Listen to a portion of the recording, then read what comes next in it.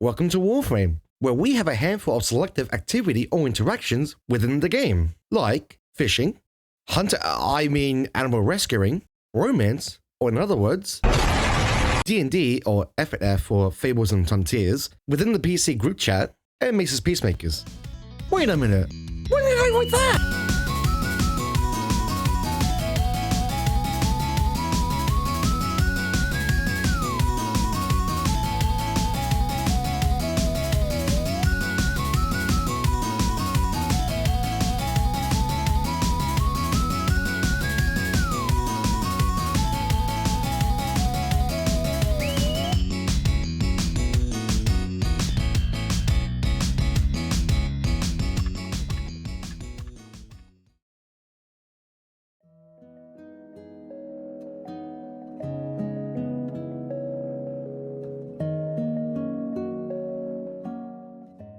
Mesa was released in Update 15.5, or the Arcane update in 2014, alongside with Limbo, the Arcanes, Arcane missions, and the Syndicates to Warframe, but that's for another time, hopefully.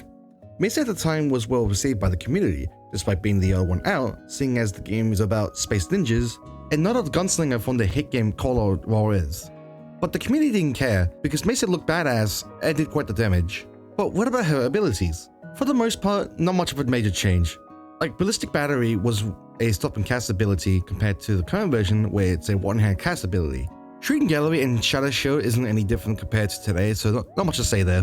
But Peacemaker is pretty much the same, just without the Regulators being moddable. So we can just move on to the next thing and...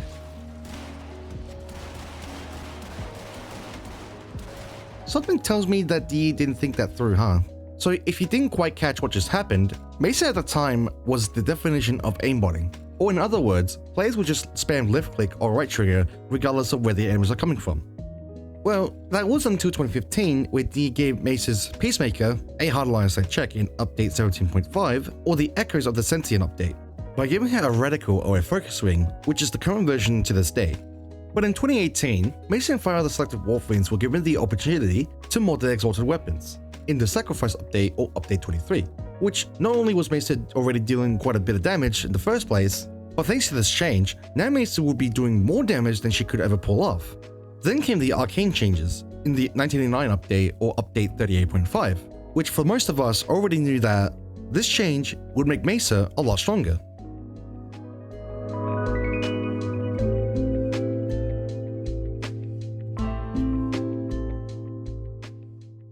Mesa Prime was released in Update 24.2.2 or the Fortuna update in 2018, and came alongside with the Akjara Prime and the Redeemer Prime, and a cool helmet to go with it, which is pretty neat. But anyways, time for Mesa's passive, in which Mesa gains 50% fire rate for all dual and akimbo secondary, but using single-handed secondary will gain 25% elo speed instead, and for some reason, not using a melee will make Mesa gain 50 points of health in total, which, might I ask, who at DE thought it was a good idea?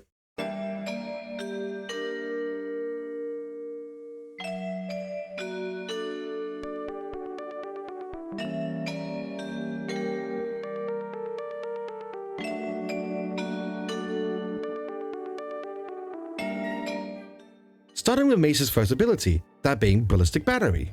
Casting the ability will cause the player's primary or secondary weapons to have a glow effect, and while active, any damage done will charge up the ability until it's fully charged.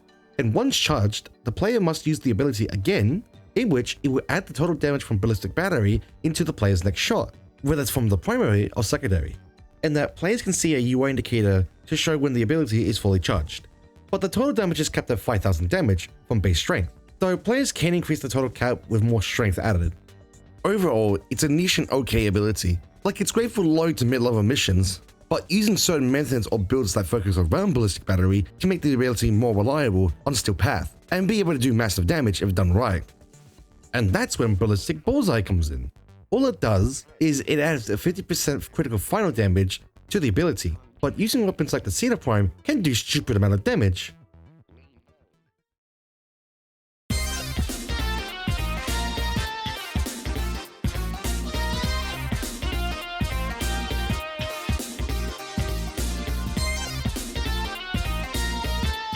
Now for Mesa's second ability, Shooting Gallery. Casting the ability will create a lasso and will orbit around the player. While active, the lasso will give the player a 25% weapon damage at base strength, and will disarm up to 3 enemies, causing their weapons to be jammed for every 1.5 seconds, or 1.5 seconds, with a base range of 16 meters. But any enemies that can only perform melee attacks, or most melee units in general, will be stunned instead for 1.5 seconds. And the ability lasts for 30 seconds at base duration. But if the player was to be within the squad, then the buff will be shared to all allies one at a time. But the durations depends on how many squad mates are within the mission. As an example, we'll say it's 30 seconds. If it's 1 squad mate, then it will give the full 30 seconds. If it's 2 squad mates, then the duration will be split into half, which in this case will be 15 seconds instead. But if it's a full squad, then the duration will be split into thirds, which in this case it will be 10 seconds instead. And after explaining all that, who greenlighted this idea? Like every buff within the game, it just gives you the exact same buff from the original caster, regardless of how long the ability lasts or how strong the buff is. But for Shooting Gallery, it kneecaps its duration for the entire squad mates, unless you're only in a squad of 2. But I can only guess this was done because if all players were given the same duration amount, then the disarm effect will stack up to 12 per enemies for every 1.5 seconds. But that's my guess on why it's designed like that. But moving on to the augment, Muzzle Flash makes it where if the player gets 6 kills while Shooting Gallery is active, then the next shot will blind any enemies that are within 12 meters at base range and last for 6 seconds at base duration. And if any squad mate has Shooting Gallery on them, then it will contribute towards triggering the augment. Once triggered, the blind will cause enemies to be open to finishes. So overall, not a bad mod, though I'm sure there are people who have made builds around using Muzzle Flash.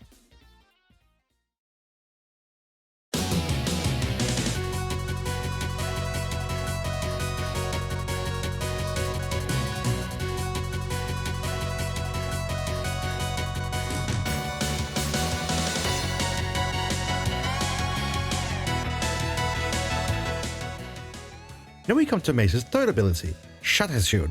Casting the ability will cover Mesa within the cone of energy shield, and applies damage reduction while active. The DO is kept at 95 DR, achievable around 190 or 120 strength, and the ability lasts for 25 seconds at base duration. But Shatter Shield doesn't just reduce the total damage received, it also reflects hit scan bullets. Though the catch is that hit scan bullets reflects within a 90 degrees angle in front of Mesa, hitting any enemies that are within range, that being 11 meters at base range.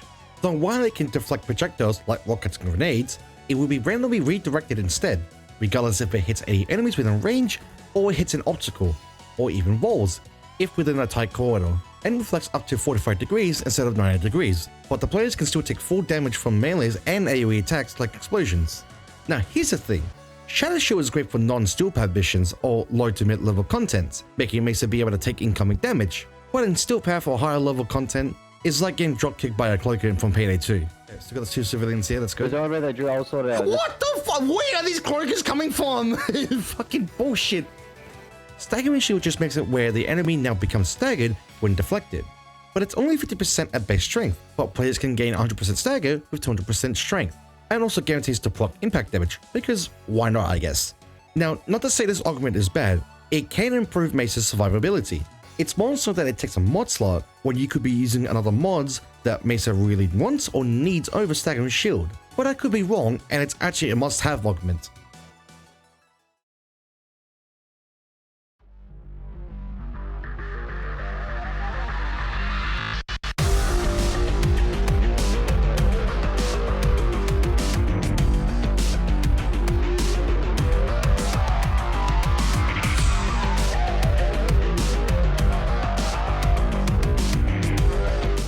Now for the ability that most players knows Mesa for, Peacemaker. Casting the ability will make Mesa pull out her Regulators or her exalted pistols, in which the player will not be able to move while the ability is active. And while active, the ability will drain the player's energy until either the player runs out of energy or the player ends the ability early. But a reticle will be shown to the player, or I guess a focus ring, and as the player shoots through a horde of enemies, the reticle becomes smaller the longer the player shoots. But the reticle can only become smaller as 50 degrees angle at base range, making the player needs to be more precise with their shots. But the Regulators itself does have some limits, like the max shooting range is 15 meters, which is not affected by range, or how a handful of mods doesn't impact the Regulators or doesn't gain certain buffs. Like mods that gives you more status chance, critical damage, and critical chance when aiming cannot be added to the pistols, seeing as the pistols only shoot towards center mass of the body. And this also applies to secondary arcanes that requires headshots or weak points to trigger the effect. While it does have some drawback, taking advantage of its high fire rate can build up the damage in quick session. Or using mods like Magnum Force, which will not lower the accuracy, seeing as the Regulators has pinpoint accuracy. Hell, even using arcanes like Arcane Velocity for insane amount of fire rate, and obviously there's Arcane Hotshot and Castadia Flare, which I don't have to say much because if you know just how fucking stupid this combo works. But just as you thought we were done taking advantage with Peacemaker, there's Mesa's Waltz. The augment makes it where the player can now move while using Peacemaker, but the player is slowed down to 50% in terms of movement, though players can still wall around. So if players takes advantage on parkour buffs like parkour velocity shards or amalgam barrel diffusion, just to name a few, then players would be rolling so fast it basically ignores the 50% slow movement speed entirely. Oh, and for some reason, using Waltz can allow the reticle to grow back when not actively shooting, which after playing for 7.5 years, I never knew that was a thing until now.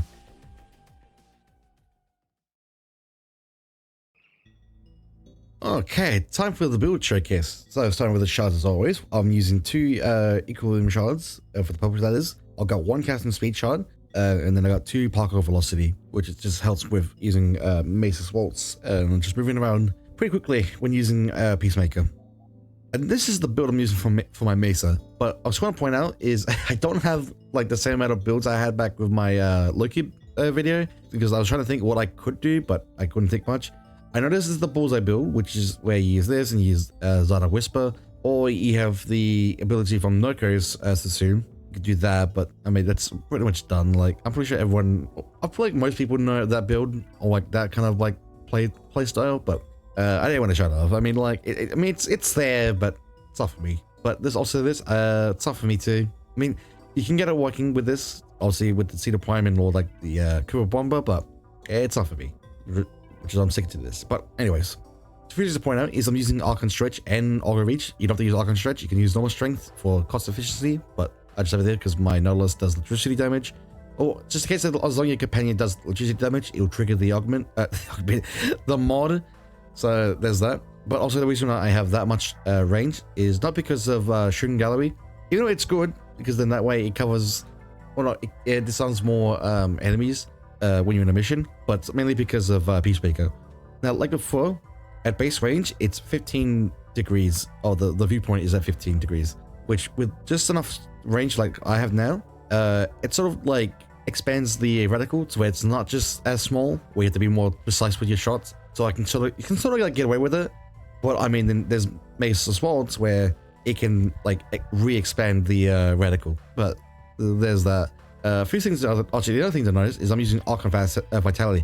By all means, you do not want to use Archon Vitality unless you are strictly going for the heat build method, which also with the heat build you're using Hotshot and Cascadia Flare, and your my oh my god, it's like 1:30 in the morning, and I'm like, I am tired as shit, but I'm just trying to get this done as I can. But anyways, aside from the point. The point is that as long as your Regulators does heat damage, then not only will the Cascadia Flare will trigger Hotshot and then Vitality, which will double the effect. Obviously, you'll be doing a shitload of damage with it. Another thing is we have an adaptation, and that's also because it's a viability to stack with Shatter Shield, because on its own on Steel Path is not fun.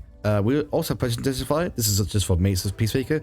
I just realized before I had what did I have before? Energy Conversion, and I realized, why would I have Energy Conversion when I can have Potion Intensify instead? Because by then, as it currently stands, I have at starting point 4.34 times critical multiplier. I'm not critical damage. I meant damage multiplier. Oh my days, the tiring is killing me. But yeah, there's that. Also, I forgot to mention I'm not sure if I mentioned it in my Peacemaker segment that this ability is a shadow ability, meaning that obviously it drains your energy over time unless either the player, runs out of energy or cancels the ability early on, or like just before they run out of energy completely. But that's aside from the point. Then we also got Blind Rage, which if you don't like Blow Range, you can just absolutely go with something else. Like, I mean, hell, you can go energy conversion if you want. I mean, it's basically the same thing. Oh, not really, but like, if you don't like, you know, Blow Range because the efficiency cost, you can just go with energy conversion or even prison fortitude. So there's, I mean, duration doesn't seem to be, nah, I mean, you don't really need duration for Mesa-ish. Because I mean, realistically, you're only gonna be using Peacemaker, which Peacemaker doesn't have any duration lost. But I think leaving duration as it is fine. But yeah, that's that. Also, in terms of armor, we're using growing power, which just gives us more strength on status effects. Yeah, on weapon status effects. Yeah, which I'm pretty sure applies to the regulators too. So that counts for that. But also, as in terms of arcanes, as I've already mentioned, we've got Hotshot and we've got Arcane Velocity. Now, if you weren't paying attention to before, Arcane Velocity just makes it where, because the regulators counts as pistols on critical hit, it will increase the zone chance of increasing the fire rate, which means for the regulators, it's just a little, it just turns into a little death machine gun or a minigun in that case. So that's why we have that. But I mean, if you don't want this, you can also go with like more augment or Arcane Energize if you don't have the shards for equilibrium. But yeah, that's the build, and off to the regulators build. Now for the regular builds, this is the build I'm going for. Now, like I said before, I'm using Arcane Hotshot, so I'm also going with a heat build, and also got Cascadia Flare for that information too. Yeah, pretty basic. The only thing I'm using is Magnetic Might. The only reason for this is because of the increased critical damage I'm getting from this, but also I guess it also counts towards the overguards, because Magnetic is obviously affects the overguard, like disabling its shield and all that. So that's just a big thumbs up to that. But other than that, yeah. But also another thing is, if you don't have galvanized diffusion, you can absolutely go with amalgam barrel diffusion, which I should probably clarify. I know it says dodge speed and then there's particle velocity. I'm pretty sure. Okay, no, yeah, okay. Because I'm pretty sure particle velocity counts as both like your movement speed, but dodge is more like when you're, you know, dodging around, which this does stack, but it doesn't stack with your like your parkouring. Which is kind of weird because you think particle velocity doesn't count towards your like dodging move, but it does. So when you're using Mesa Waltz and you have this on, yeah, you just be rolling way faster. But obviously I don't have it because I'm on Steel Path and I kind of prefer having galvanized diffusion instead. So there's that. Also we also got galvanized shot for that information too. This is the build that I'm going with currently, but if you do want, you can have viral and heat with this build. I think the other thing to take out is Scorch and Magnetic Might, and you put in the what is it?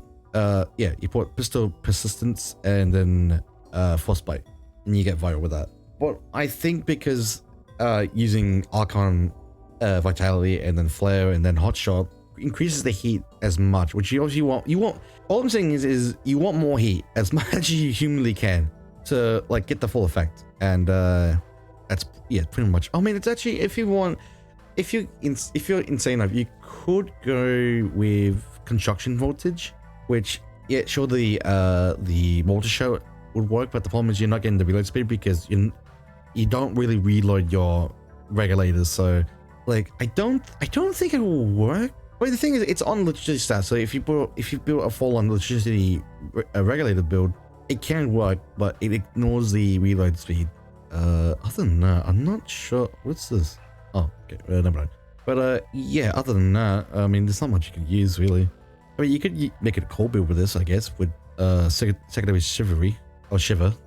My bad. Or even radiation, I guess. But yeah, it's just. But just see how you like mix ups and stuff, you know. Like again, you don't have to be like me that does like heat and magnetic. Again, this is my preference. Obviously, most people would probably be like heat and viral, because I mean, obviously it does more damage. But I'm thinking more like heat is the overall damage, and then you got magnetic just to help like take out the overguard from exit units. But yeah, so that's about it. So there's two ways players can get Mesa, and the first option is completing the Patient Zero quest, which can be achieved by heading towards Juarez. And after completing the quest, players are given a assassination key blueprint. But the main resource that players will need is a Brutalist nav cord, which players can get it from either the Infestation invasion missions or from demos in mission like defense or survival. Once crafted, players must head back towards Juarez and can start the assassination mission. Also, side note, each entry costs us 1 key, so once you enter it, you lose that key permanently, I believe. But anyways, once in the mission, players just gotta take out LFV and then win Super to get the parts. Well, the second option is from the circuit, where players can get Mesa from rotation week 7, and also get Mesa's Waltz, which I think it's pretty big of a mod to get from that.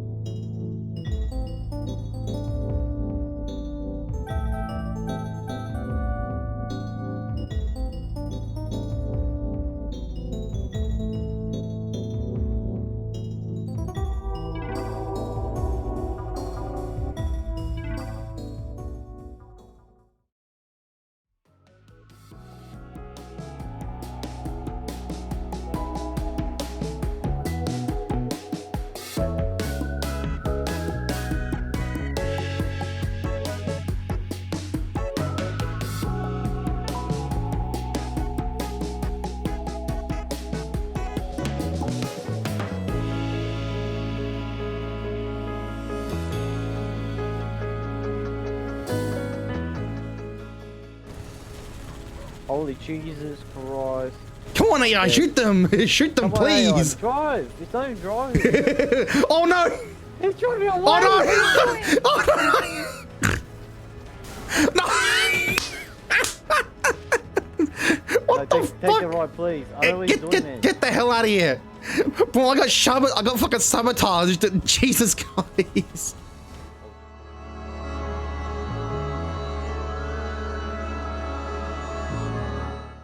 Thanks for watching.